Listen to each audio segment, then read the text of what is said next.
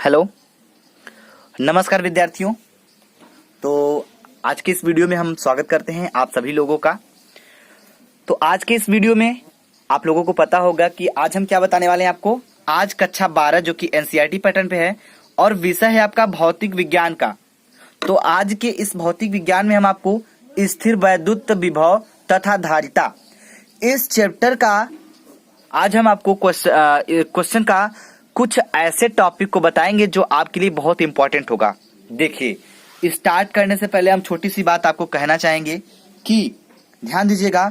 अब देखिए, इतना टाइम आपके पास नहीं है कि इस चैप्टर को आप शुरू से एकदम अच्छे से पढ़ सकें। इतना टाइम तो नहीं है क्योंकि नवंबर आ चुका है। तो बस इतना आप कर सकते हैं कि इस चैप्टर से इंपॉर्टेंस हेडिंग को पढ़ सकते हैं और आप उससे समझ सकते हैं। ठीक है, तो हम आज से इसके आगे और इस चैप्टर से रिलेटेड जो इंपॉर्टेंट करके हेडिंग होगा, जो मेन टॉपिक होगा, उसको हम बताते हुए आगे चलेंगे। ठीक है, ताकि आपकी तैयारी भी हो जाए और आपको अच्छे से समझ में भी आ जाए।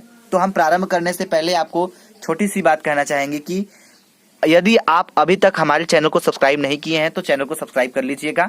ठीक है, और फटाफट बेल आइकन प्रेस कर लीजिएगा ताकि आपको हमेशा नोटिफिकेशन मिलती रहे।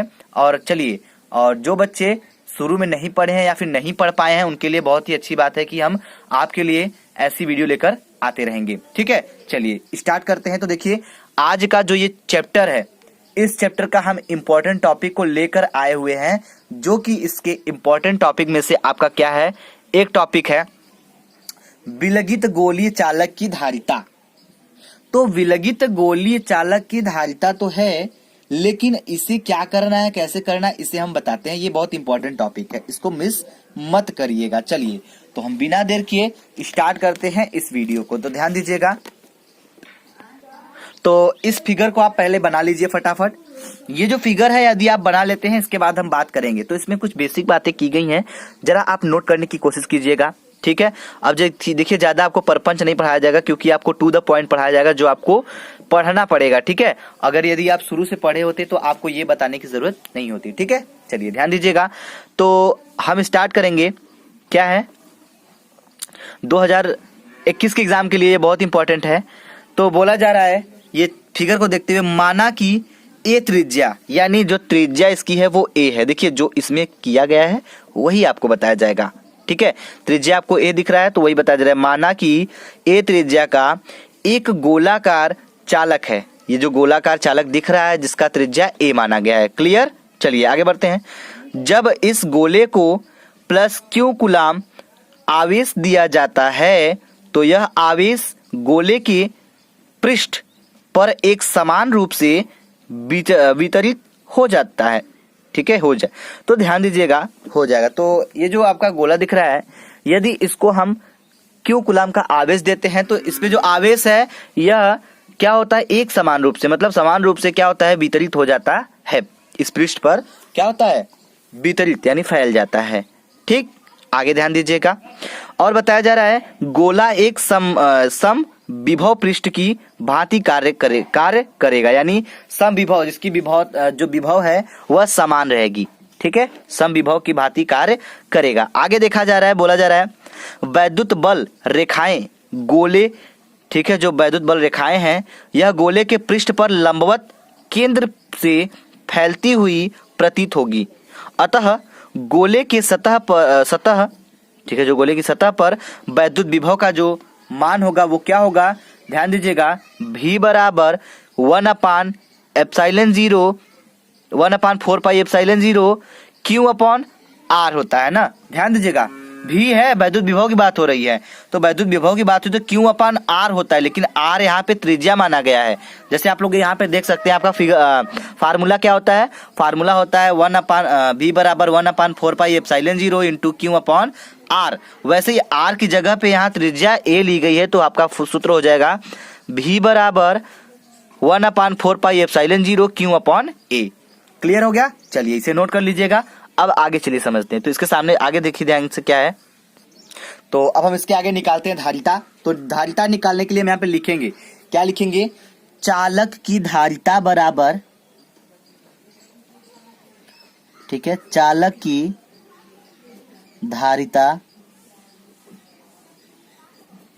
बराबर क्या हो जाएगा, C बराबर Q बाई V। ये फार्मूला होता है धारिता का, क्या होता है, C बराबर Q बाई V, ये होता है धारिता का फार्मूला। तो ध्यान से समझने वाली बात ये है कि यहाँ पे आपको कुछ परिवर्तन करना पड़ेगा। जैसे ध्यान दीजिएगा, C है तो C बराबर Q है तो Q को हम Q लिख देते हैं अपॉन। अब आ गई बारी V की। तो जस्ट अभी हमने इसके पहले V का वैल्यू क्या दिखाया था आपको, V का वैल्यू अभी आपको दिखाया था V बराबर 1/4 pi epsilon 0 into Q upon A, यही दिखाया था। जस्ट यही, ये जो V का मान दिया गया है इसी को उठाकर हम इस V के पास में रख देंगे। चलिए रख लेते हैं। तो ये हो जाएगा 1/4 pi epsilon 0 into Q by A, हुआ ना। चलिए इतना मिल गया। अब जरा इसको हल कर लेते हैं भाई, चलिए हल कर लेते हैं। तो जब इसको थोड़ा सा हल करेंगे तो हमें मिलेगा C बराबर Q है तो Q ऊपर रहेगा अपॉन Q1 है और Q है, इसका मल्टीप्लाई करेंगे तो Q हो जाएगा upon 4 pi epsilon 0, 4 pi epsilon 0 A है तो A का मल्टीप्लाई हो जाएगा इसमें। अब इस Q से ये Q क्या हो जाएगा, कट जाएंगे भाई साहब।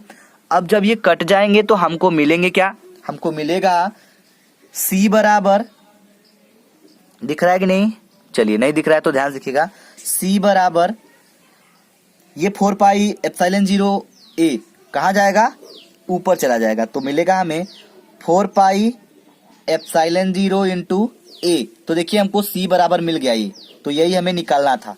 तो सिंपल तो है, बट यदि आप इसमें इंटरेस्ट लेते हैं तो आपको समझ में अच्छे से आएगा। कोई ऐसा फिजिक्स में ऐसा कोई टॉपिक ही नहीं है जो आपको समझ में ना आए, हम आपको समझाएंगे और पूरी रिस्पॉन्सिबिलिटी के साथ समझाएंगे, ठीक है।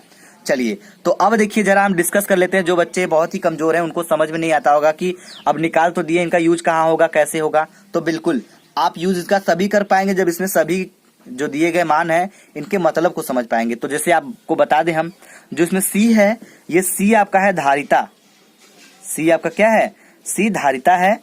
और 1/4 पाई एप्सिलॉन 0 ये जो है इसका मान क्या है, इसका मान 1/4 पाई एप्सिलॉन 0 का मान क्या होता है, ये तो आपको पता ही होगा, 9 गुणे 10 के घाते 9, ये होता है ना। चलिए तो इसको नोट कर लीजिएगा। अब बात करते हैं यहाँ पे जो A है, सॉरी ध्यान दीजिएगा, यहाँ पे स्मॉल A है, यहाँ पे कैपिटल A लिख दिया गया है, लेकिन यहाँ पे स्मॉल A रहेगा ना। चलिए तो स्मॉल A का मतलब यहाँ पे क्या हो जाएगा, जरा ध्यान दीजिएगा, यहाँ पे हो जाएगा गोले की त्रिज्या।